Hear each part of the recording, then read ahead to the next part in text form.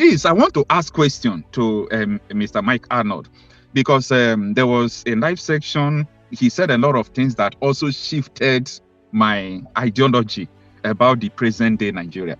So ever since that day, I started campaigning, not on social media. I started campaigning about gun revolution, because we had a problem with the possession of gun. Before the coming of General Muhammadu Buhari as the president of Nigeria, my father had gun, and a lot of people had gun. They use it to hunt, to do all sort of things. They use it to guide community at night. But this man mandated, he signed executive order that the gun should be retrieved from everybody.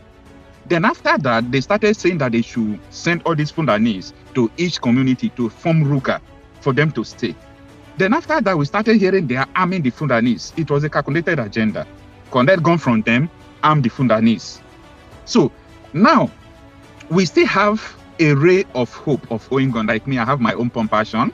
It was well registered. How I got it was, I had to join a vigilante group.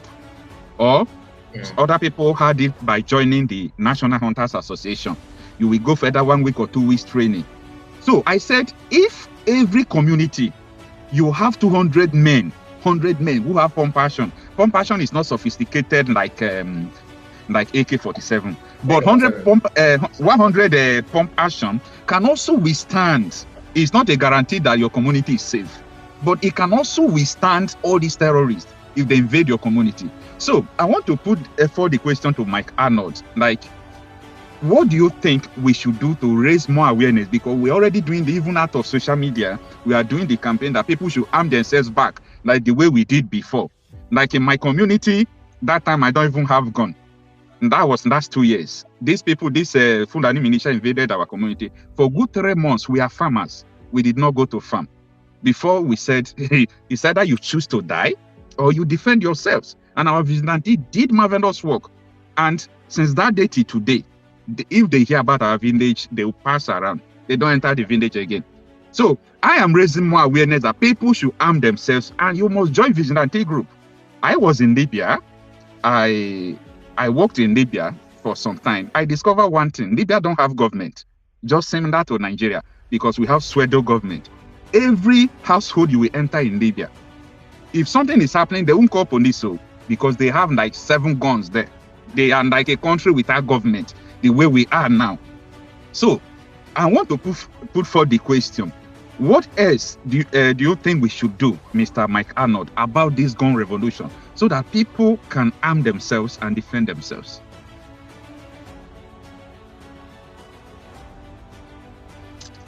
Okay, there, I unmuted there. Good question. And you came to the right place. I'm not only an American, I'm a Texan, and I'm a life member of the National Rifle Association for, 40 years now. So Americans, smart Americans, Americans that know our history and our heritage and the importance of freedom, know a whole lot about this issue. Our Second Amendment and our Bill of Rights, which we believe is a statement of God-given rights, and it's powers that to the people that limits the government. The Second Amendment is the right of the people to keep and bear arms shall not be infringed. We understood that a free people is an armed people. And if you look at history, Nazi Germany, one of the first big reform that Hitler did was gun control. He took people's guns away. Gee, I wonder why. What did that lead to? Tyrants need people who are disarmed.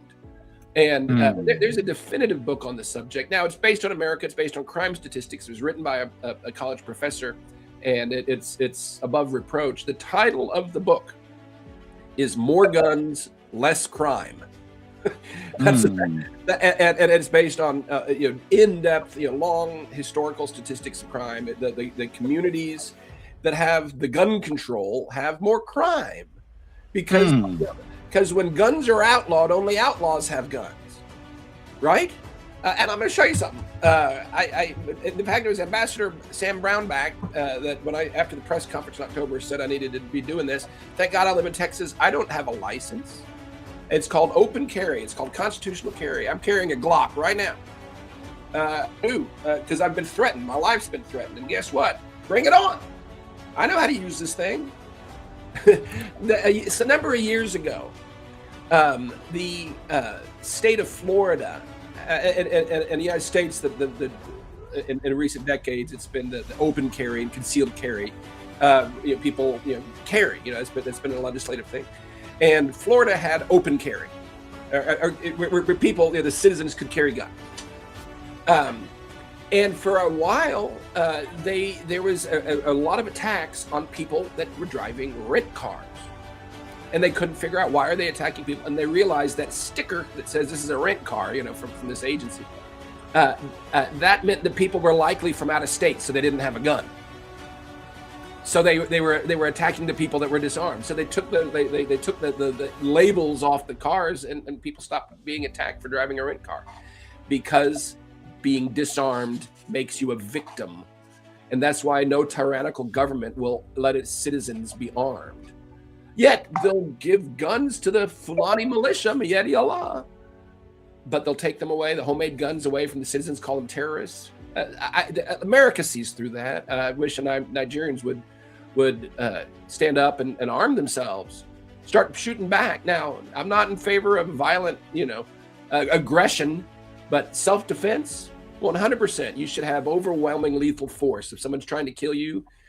And next time they try to convict somebody for self-defense, I'm not going to say the nation should burn, but the Constitution should be burned that allows that. Convicting a person for self-defense, that's satanic. Let the people have arms. The good people will have the power then, and you'll see the crime go down. You'll see terrorism stop when the people are armed. All right, thank you so much, sir. That is all, because that is what I am massively doing now, and I think it is urgent, and that is what I want to hear from you. Thank you so much. Sure. I mean, that's just again, in America, we recognize it as a fundamental God-given human right. The government can't infringe it. It is, we define, here's our rights. Now, government, you can do the rest, but you can't touch this. And that's what we established our government, because God, we believe, gave us the right to carry guns for self-defense and also to resist tyranny. It was the citizens that were able to throw out the British. Y'all weren't ever able to do that, but we did. We got our freedom by kicking out the damn British, because we were armed. And in fact, the first battle, Lexington and Concord, is because the British were going to go and disarm the citizens of a community, and they said, no, you're not disarming us. And that's how the American Revolution started. So yeah, we have a different perspective here, but it's proven, it's proven. When the schools, you hear about school shootings, which is a horrible thing, but the teachers aren't allowed to carry in some states, in Texas, in some school districts, they allow the teachers to carry guns, concealed carry, and you don't have attacks there. The students are safe because the people, the sheepdogs, are better armed than the wolves. That's the way it should be. That's why there's school shooting. Anywhere there's a gun-free zone, because there's signs, no guns allowed here, that's where the shootings take place, because the people are disarmed, the criminals don't care about those signs. Wow, thank you so much. Kai Report, over to you. Boko Haram are being rehabilitated. Now, what they do, after the rehabilitation, they fill form, they ask questions. How many people have you killed? So if you kill 50, you have your own class. 50 and above, 20, I have never killed. So if you have never killed, maybe you stay there 1 month and go off. If you kill small number, 2 months. If you kill many, 6 months. Which type of ammunition that you use?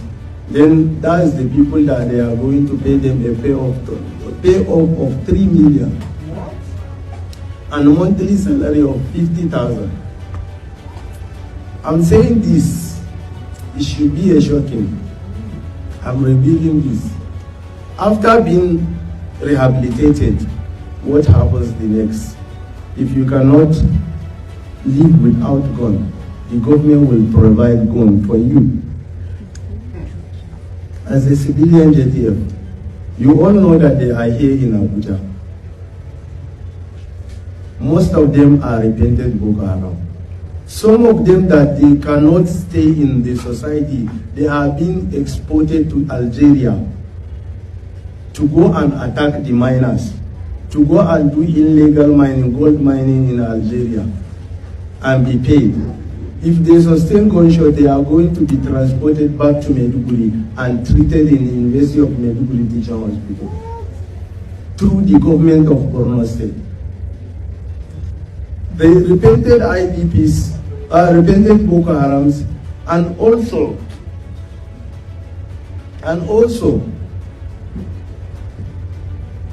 the civilian JTF go to Zamfara. They are there. The government of Zamfara is paying them 70,000.